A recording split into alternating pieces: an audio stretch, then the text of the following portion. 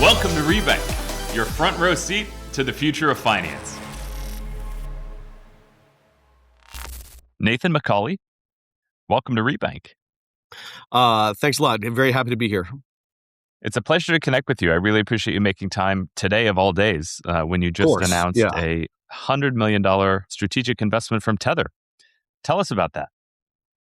Yeah. So obviously Tether is one of, if not the most important company in crypto, and I think maybe one of the most important companies in the world, just in terms of what they're doing around dollar dominance and just the entire ecosystem they're building around stablecoins. And so we've developed a wonderful partnership with them over the last really kind of a couple of years that we've been looking at working together.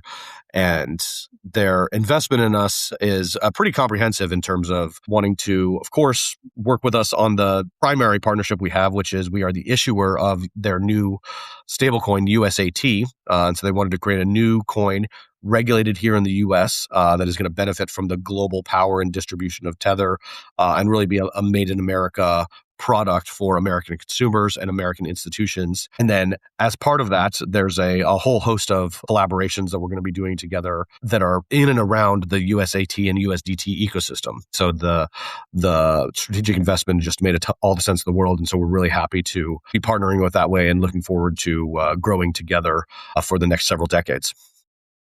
Yeah. Well, congratulations.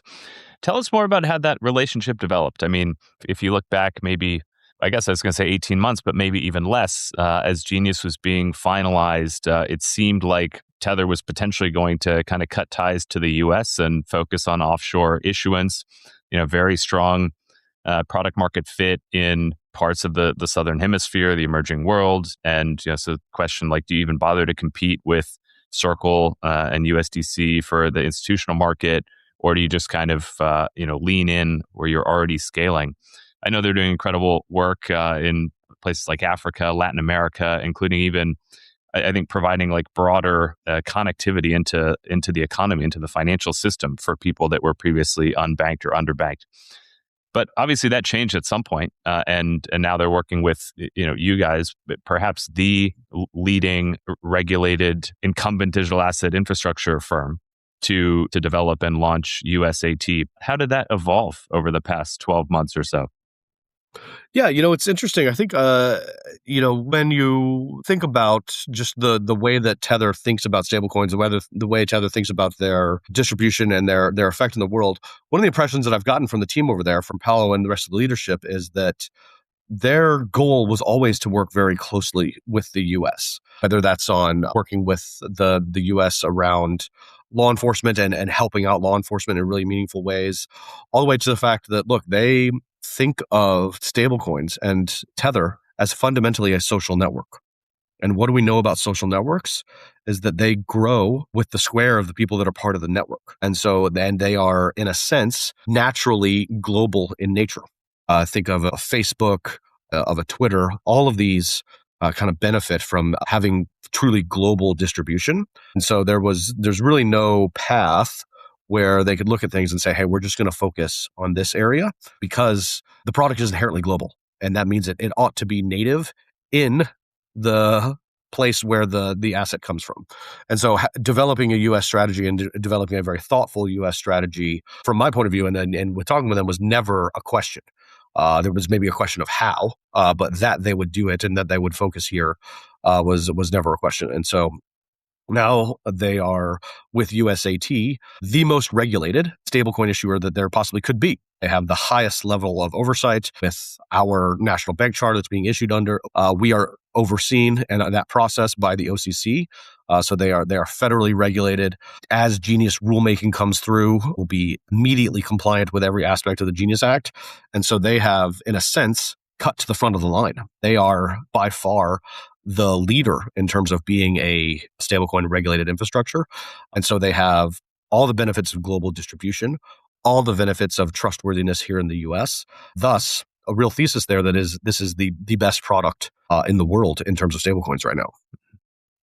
So I guess USDT has strongest adoption among retail users in, I guess, across the world. You, as Anchorage, have built a truly institutional grade, I suppose you could call it, digital assets infrastructure business, regulated in many ways, offering a number of different financial services.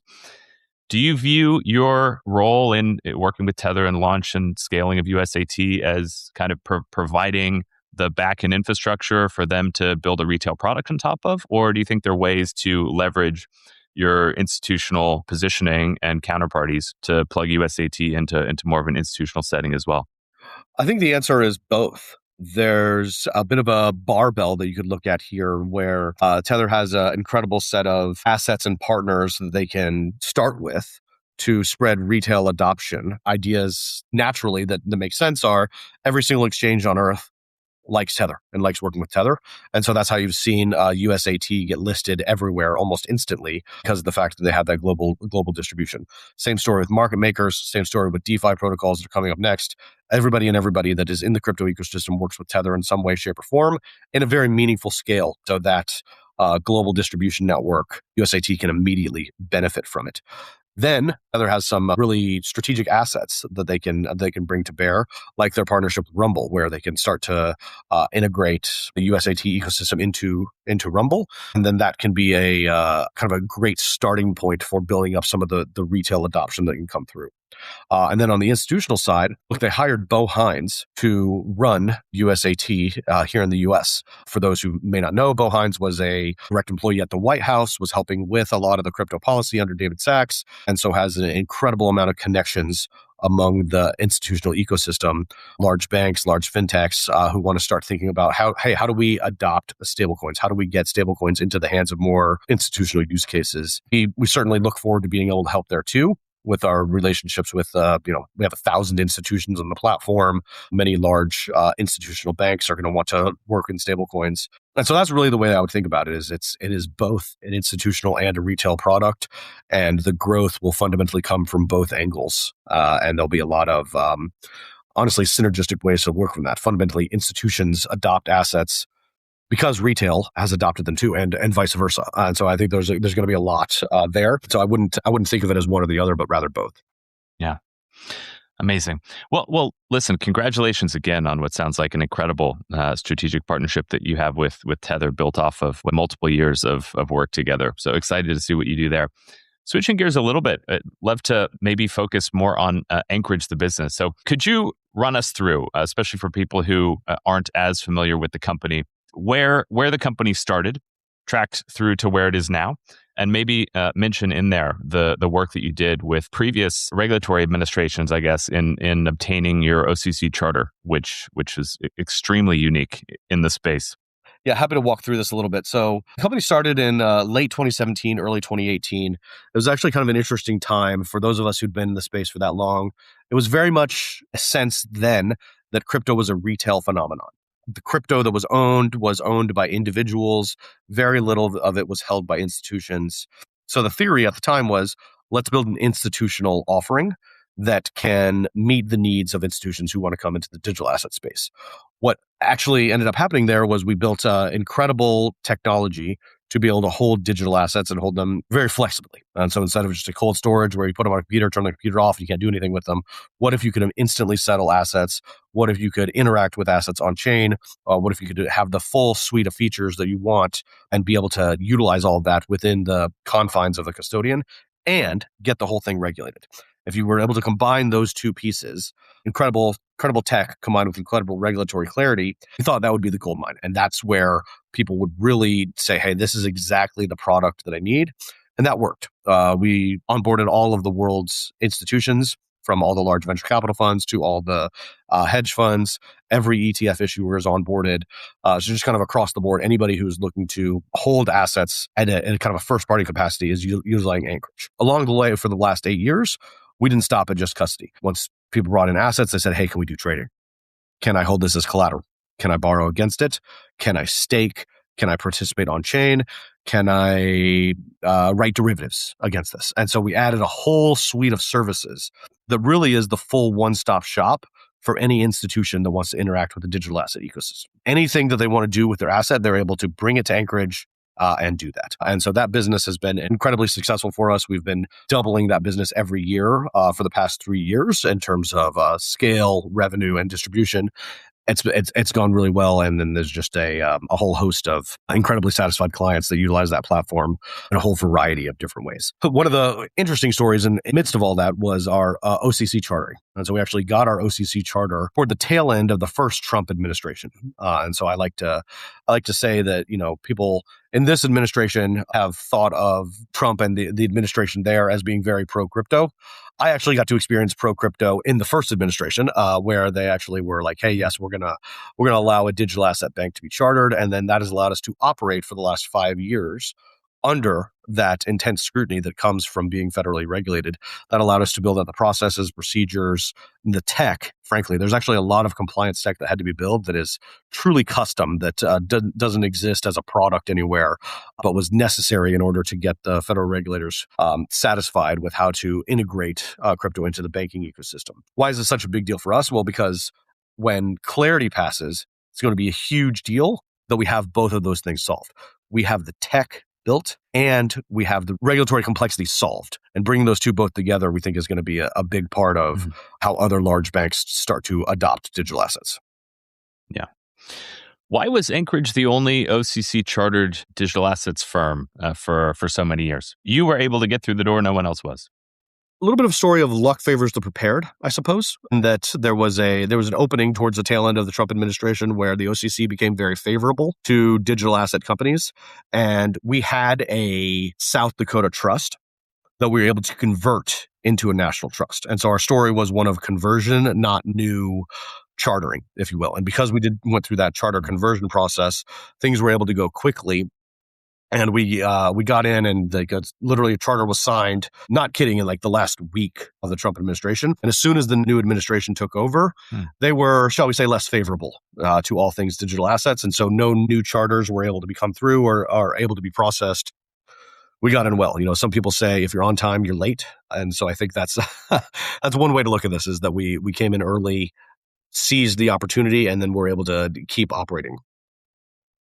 So that sounds like a tremendous competitive advantage to have been the only OCC licensed firm in the space for at this point, five years. What do you make of the, I guess, a number of new banking license and or trust charter applications coming through? I think we've seen some of the other leading firms in the space, maybe coming at it from different angles, whether traditional exchanges or other types of firms who are now applying. What do you make of that? Yeah. I mean, I love it. My point of view on this is that we were the only bank doing digital asset activity for the last 5 years.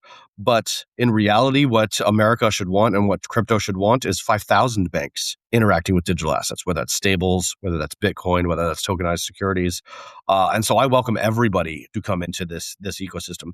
So I'm not as focused on the new charters as much as I am once the Clarity Act passes, every single bank in the country, from the largest to the most regional local bank, is going to have a mandate to say, hey, what should be our digital asset strategy? What should the investment be that we are making into this space?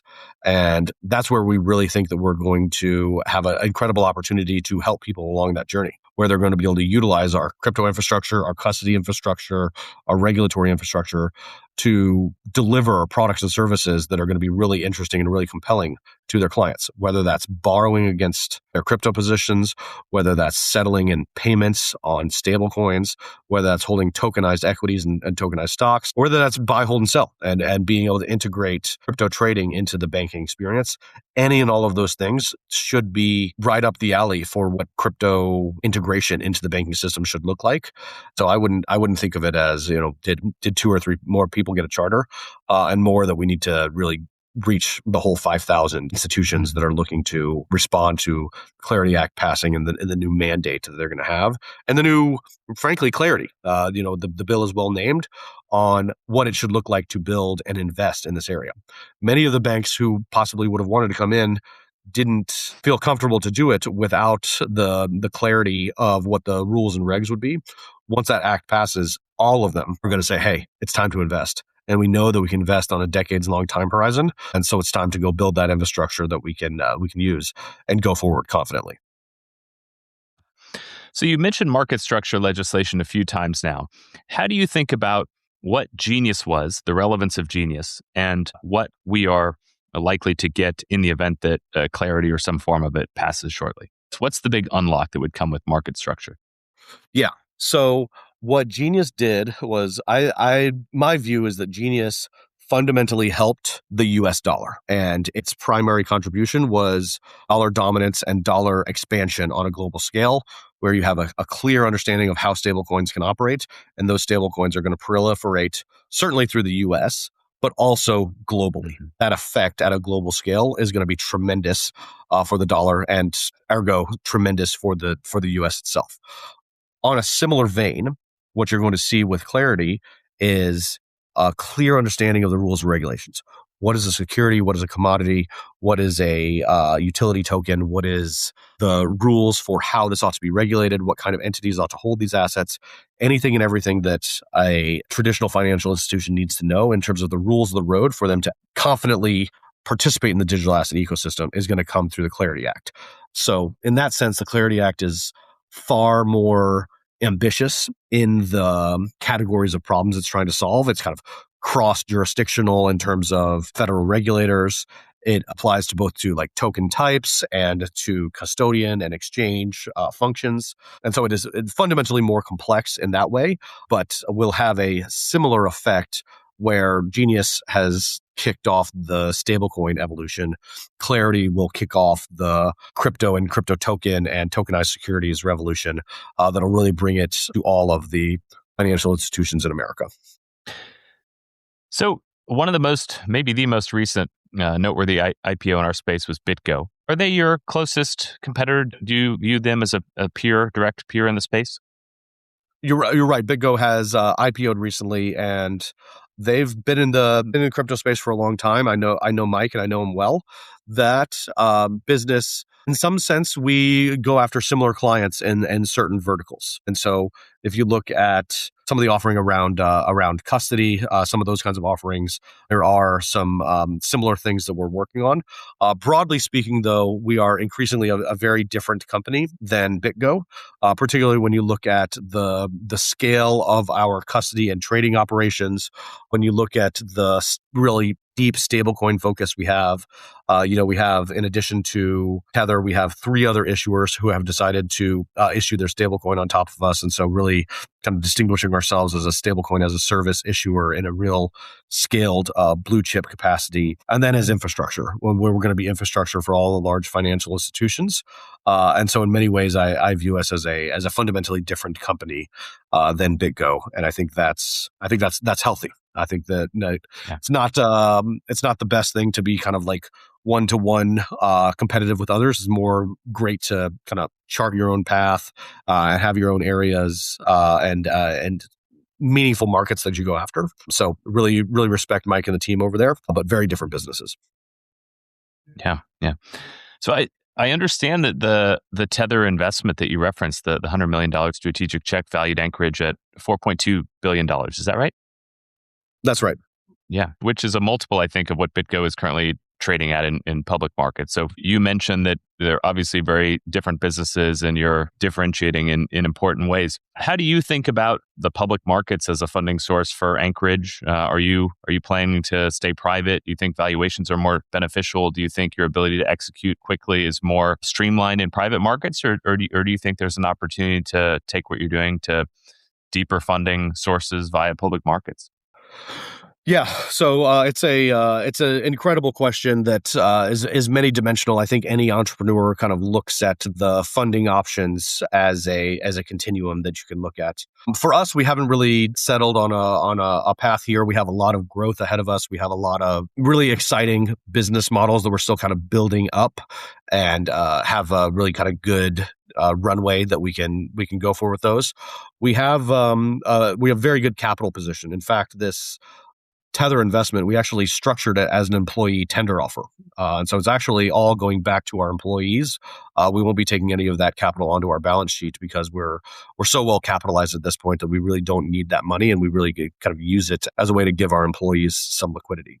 So we're in very good capital position. So we don't have any pressure to enter the public markets. And so to the degree we would think about it, we would think about things like, well, there's a branding effect of being a public company. There's an oversight effect of being a public company. Conceivably, you could imagine that would be helpful. People really like to trust their financial counterparties, and being in the public markets can help there. And then certainly hypothetical access to capital, if we needed more, the public markets can provide that. It's definitely something that people think about and think about consistently, but not something that we're like terribly focused on at this point. So that's interesting. The Tether strategic investment was structured as an employee tender offer rather than new capital into the business. Say more about that. I mean, maybe it's starting to die off with the M&A window being open, IPO window being open, but for so long, like they're effectively all these employees that are trapped at now very successful tech companies, whether it's in Web 2, whether it's in Web 3, who are kind of waiting for their work to ultimately be rewarded. Talk about that employee tender offer component of the raise. Yeah, it's maybe one of my favorite things about that, and why I'm really kind of excited today to have been able to announce this, is the fact that there have been employees that have decided to come with me on this journey and to build this company since the very beginning. We've been working at this since 2017, 2018. There have been great times, and there have been not so great times. Everybody's in crypto and kind of understands the cycles that we go through there. And so to be able to take a look at some of the very tenured employees and say, hey, this is an opportunity for you to participate in this tender offer, maybe take some liquidity that's available here and use it for whatever purposes you might have on your own. Maybe you want to buy a house, maybe send the kids to private school, maybe even start a family. There's just a whole wonderful set of stories that I'm hearing from the employees about what they're able to do with that liquidity, and that's just a extremely rewarding part of being able to build a business where in tech companies so commonly we have stock options compensation philosophy that allows us to share in the wealth that's been created. So really, just an incredible moment for us, and really just a great way to show gratitude to all the employees that have been here working with us for so long. How do you think about your business vis-a-vis Coinbase, especially on the institutional side of their business? Coinbase has been a leader in the digital asset industry for a long time. And again, Brian and the team have executed very well. They have a really interesting set of assets across their exchange with the ecosystem they're building around Base. And around the institutional side. And so we're seeing that, for example, a lot of the ETFs are settling on a configuration where it's an Anchorage and Coinbase dual custodian situation for the ETFs. And so that makes a lot of sense. Institutional investors want to diversify. Post 2008, everybody wants to diversify. And so we see a lot of areas where we work closely with them, or our clients work closely with us and them. And so we feel that, it's actually probably healthy for the market for there to be a Anchorage and Coinbase set up simultaneously. Many institutions would not want to come into a industry if there was only one great option. And so, starting with Anchorage, going to Coinbase as well, or starting at Coinbase and going to Anchorage, likely a common pattern that we'll see across the institutional landscape. Yeah.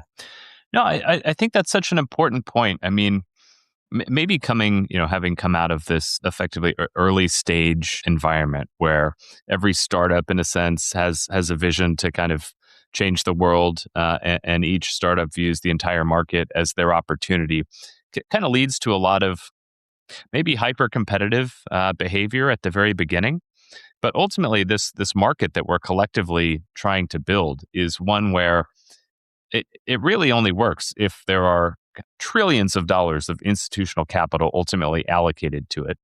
If the infrastructure that we're collectively building ends up effectively plugging into and replatforming the traditional financial system.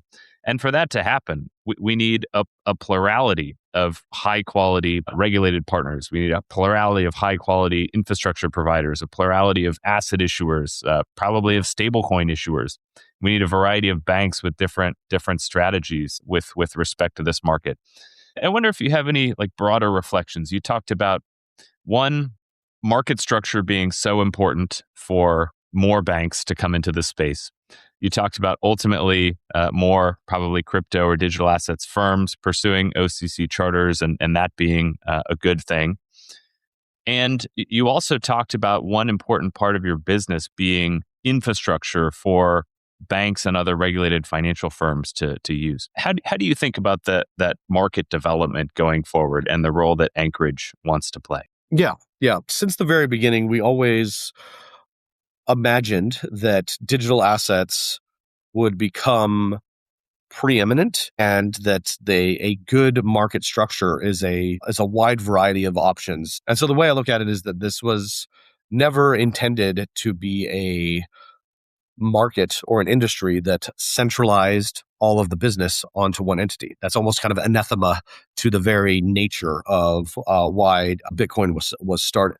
And so, as much as Bitcoin is for every individual and leads to individual human flourishing, you can imagine that at the institutional level is that like every institution comes to Bitcoin with a fresh opportunity and a fresh perspective to participate in that asset. So that applies both to Bitcoin, that applies to Ethereum, that applies to stablecoins.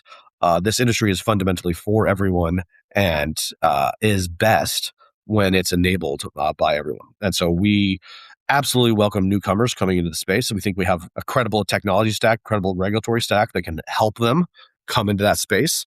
But we are fundamentally here to be enablers and infrastructure enablers for the digital asset movement at large. Yeah, so you talked about the nature of the relationship and the work that you do with Tether.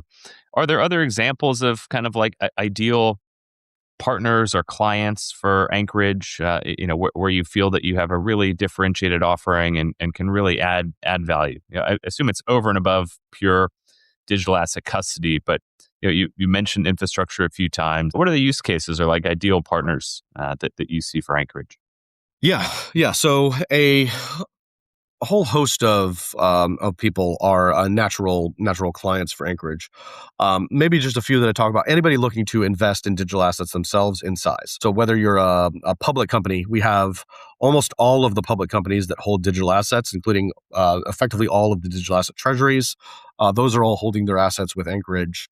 Any other large public company that is looking to maybe invest into digital assets or start to build infrastructure on stablecoins, whether that's holding stablecoins, whether that's issuing stablecoins, we are a fantastic partner for them. Any large financial institution, whether you're a large, globally systemically important bank or a regional bank that is looking to be strategic, we are great for crypto infrastructure, for stablecoin infrastructure, and increasingly looking at international partners that want to build their business and maybe even build their business here in America. We are a great partner for that as well. And so I know that casts a relatively wide net, but after 8 years of building this infrastructure, it is really general and works for a lot of different use cases. To reiterate, large public companies, large banks, regional banks, fintechs, anybody and everybody looking to build a crypto business, we are a great port of call to help with that build out. Yeah, yeah. Well, it's really amazing what you've achieved. I mean, you talked about this business dating back 8+ years at this point. There have been a lot of hard times. It has not been a straight path, and I think you, as much as anyone in this space, have really grinded and are now able to really show the results of that process. I think you're extremely well positioned, both, as you say, on the tech infrastructure side, the clientele that you have now, the breadth of the offering, and then crucially the regulatory stack that you have. You've really built something incredible. Well, thank you for the kind words. I hope we can live up to the potential that you've laid out there. It's up to us to continue executing, working with partners, and building alongside this industry that has so much potential. Amazing. Nathan McCauley, thank you very much for joining us today. Thanks a lot, Will. It was great to be here. Appreciate the opportunity.